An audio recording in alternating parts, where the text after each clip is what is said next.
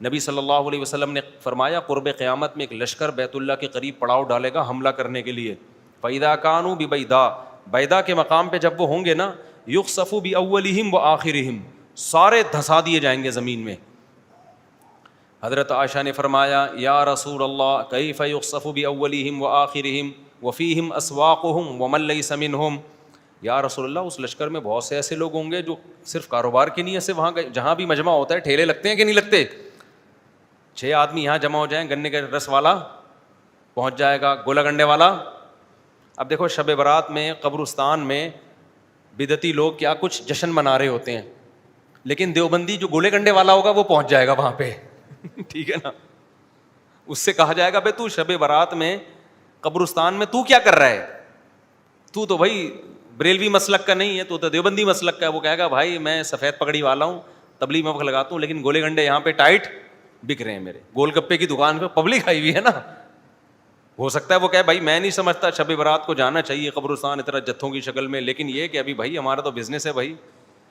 تو بہت سے لوگ ایسے ہوتے ہیں جو اس گناہ میں ان کے ساتھ شریک نہیں ہوتے، وہ تو مجمع دیکھ کے جہاں بھی ان کو کوئی بزنس ہو وہ پہنچ جاتے ہیں.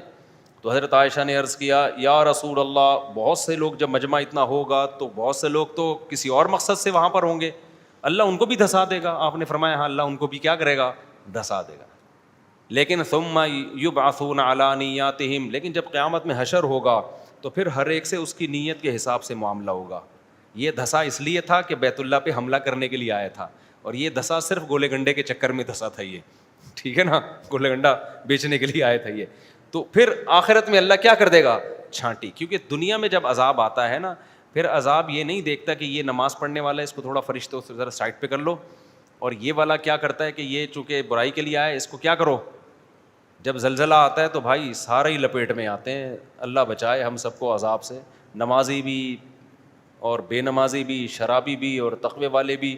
دنیا میں اللہ کا قانون یہی ہے. ہاں کہیں کہیں ایسا ہوا ہے پیغمبروں کے دور میں کہ اللہ نے ایمان والوں کو پہلے بستی سے نکال لیا. اس میں بھی ایسا نہیں ہے کہ عذاب آیا تو ایمان والے بچ گئے، نہ، ایمان والوں کو پہلے سے نکالنے کا انتظام کیا گیا ہے. اس کی شاید یہ وجہ تھی کہ وہ تھوڑے سے لوگ ایمان لے کر آتے تھے، وہی بھی مر جاتے ہیں تو بچتا کون پھر پیچھے، آگے نسل ہی ساری خراب ہو جاتی نا. لیکن اب تو پوری دنیا میں ایمان والے پھیلے ہوئے ہیں، اس لیے اللہ بچائے کہیں عذاب آتا ہے تو ایمان والے بھی کیا کرتے ہیں، بلکہ ایمان والے اس لیے زیادہ رگڑے میں آ رہے ہوتے ہیں کہ یہ احتیاطیں کم کر رہے ہوتے ہیں. آج کل کرونا میں نیک لوگ زیادہ انا للہ ہوا ہے، کیونکہ وہ گلے مل مل کے ایک دوسرے کے منہ پہ چھینک رہے تھے اللہ پہ توکل اور اعتماد کا ثواب حاصل کرنے کے لیے. وہ سمجھ رہے تھے کہ اسے بہت ثواب ملے گا دوسرے کے منہ پہ چھینکنے سے. تو وہ بہت سارے بزرگ اس میں زیادہ گئے ہیں، حقیقت ہے. تو دوسرے نمبر پہ ڈاکٹر بہت گئے ہیں کیونکہ وہ پیشنٹ کا علاج کر رہے تھے. خیر اب تو جو جنہوں نے جانا تھا چلے گئے، اللہ سب کو محفوظ رکھے اور سب کی اچھے کی رپورٹ رکھے اللہ تعالیٰ.